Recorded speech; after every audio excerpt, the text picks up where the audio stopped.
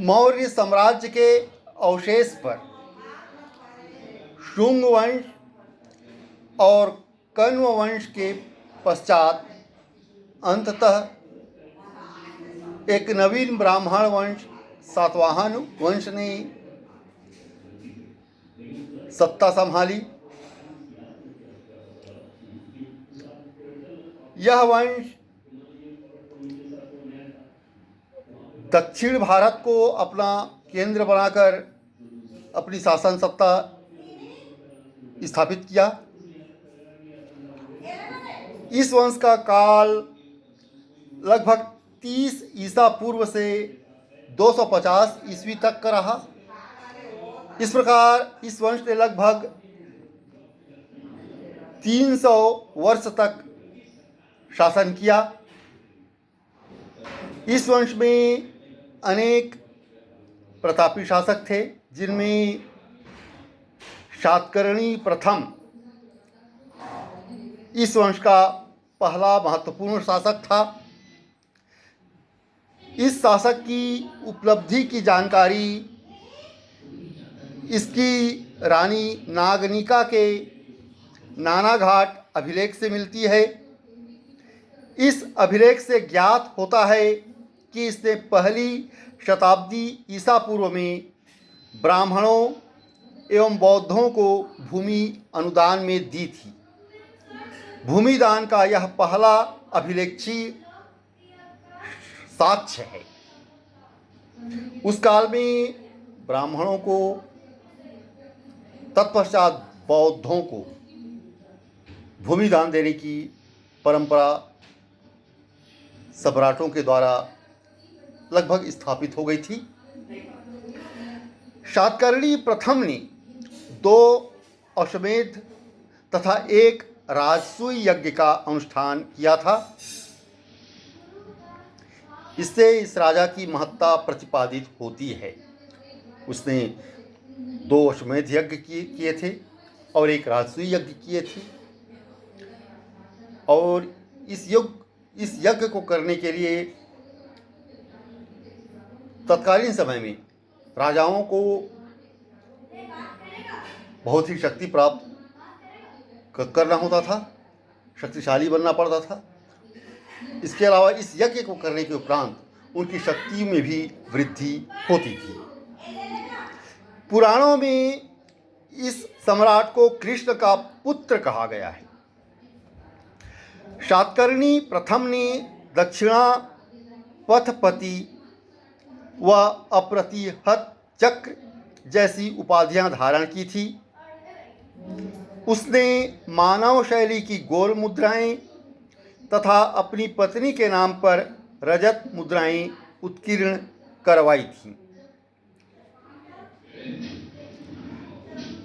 उस समय मुद्रा सिक्के का प्रचलन हो गया था और राजा अपने नाम, अपनी उपाधियों को सिक्कों में उत्कीर्ण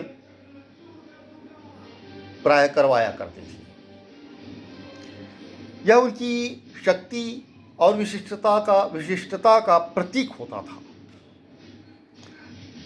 शातकर्णी प्रथम के सिक्कों पर श्री 7 यह शातकर्णी सूचक है शब्द उल्लेख है। जुन्नार से प्राप्त रजत सिक्कों पर शातकर्णी एवं उसकी रानी नागनिका के नाम के साथ अश्व की आकृति उत्कीर्ण मिलती है। इसके बाद एक अन्य सातवाहन शासक हाल था। यह भी सातवाहन वंश में एक महानतम शासक था। यह शासक एक बड़ा कवि तथा कवियों एवं विद्वानों का आश्रयदाता था। हाल ने गाथा सप्तशती नामक एक मुक्तक काव्य की रचना की थी और यह रचना प्राकृत भाषा में है। हाल की राज्यसभा में वृहत कथा के रचयिता गुणाढ्य तथा कात्रंत नामक संस्कृत व्याकरण के लेखक सर्ववर्मन निवास करते थे। इसके बाद एक अन्य शासक गौतमी पुत्र शातकर्णी भी प्रसिद्ध शासक थे। यह भी सातवाहन वंश का एक महानतम शासक था। इसकी सैन्य विजयों की जानकारी इसकी माता बलश्री के नासिक अभिलेख से प्राप्त होती है। इस अभिलेख में उसे एकमात्र ब्राह्मण एवं अद्वितीय ब्राह्मण कहा गया है। इस अभिलेख के अनुसार उसके घोड़ों ने तीनों समुद्रों का पानी पिया था। इसका मतलब यह है जो तीनों समुद्र हैं वहाँ तक उसकी विजय यात्रा पहुँची थी। वह अपनी सेना के साथ इन तीनों समुद्रों के तक अपनी राज्यों को उसने हो सकता है विजित किया हो अथवा उसने युद्ध किए हो।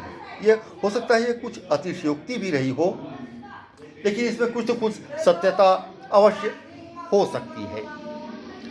नासिक अथवा जोगल थंबी से चांदी के 8000 सिक्के प्राप्त हुए हैं, जिनमें एक ओर नहपान तथा दूसरी ओर गौतमी पुत्र शातकर्णी का नाम है। गौतमी पुत्र शातकर्णी ने राजाराज, वेणकटक स्वामी, विंध्य नरेश की उपाधियां धारण की थी। गौतमी पुत्र शातकर्णी ने वेणकटक नामक नगर की स्थापना की थी। उसने शक शासक नहपान को पराजित किया था। नहपान छहरात वंश से संबंधित था। विदित हो कि शक सातवाहनों के प्रमुख प्रतिद्वंदी थे और शक बाहर से आए थे। वशिष्ठी पुत्र पालिमी भी एक महानतम सातवाहन शासक था। यह गौतमी पुत्र शातकर्णी का उत्तराधिकारी था। वशिष्ठी पुत्र पुलुमावी को आंध्र पर विजय करने के पश्चात उसे प्रथम आंध्र सम्राट कहा गया है। पुराणों में इस सम्राट को पुलोमा भी कहा गया है। पुलुमावी को दक्षिणा पथेश्वर एवं प्रथम आंध्र सम्राट भी कहा गया है। उसके अभिलेख नासिक, कार्ले और अमरावती में मिले हैं। कन्हेरी लेख में उल्लिखित साक्ष्यों के अनुसार पुलुमावी का विवाह रुद्रदामन की पुत्री से हुआ था।